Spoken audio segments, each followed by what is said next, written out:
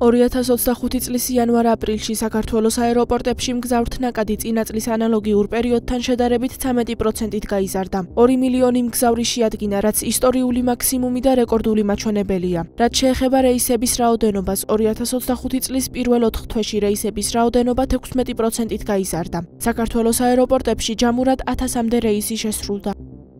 მნიშვნელოვანია ის, რომ მგზავრთნაკადის ზრდის კვალდაკვალ ასევე გაზრდილია ავიარეისების შესრულების რაოდენობა 16%-მდე, რაც რა თქმა უნდა ადასტურებს საქართველოსადმი მზარდ ინტერესს. ჩვენ ვნახეთ, რომ მიმდინარე წელს ჩვენ ქვეყანას შემოემატა 4 ახალი ავიაკომპანია, British Airways, EasyJet, Edelweiss, ისევე როგორც Transavia, საფრანგეთი.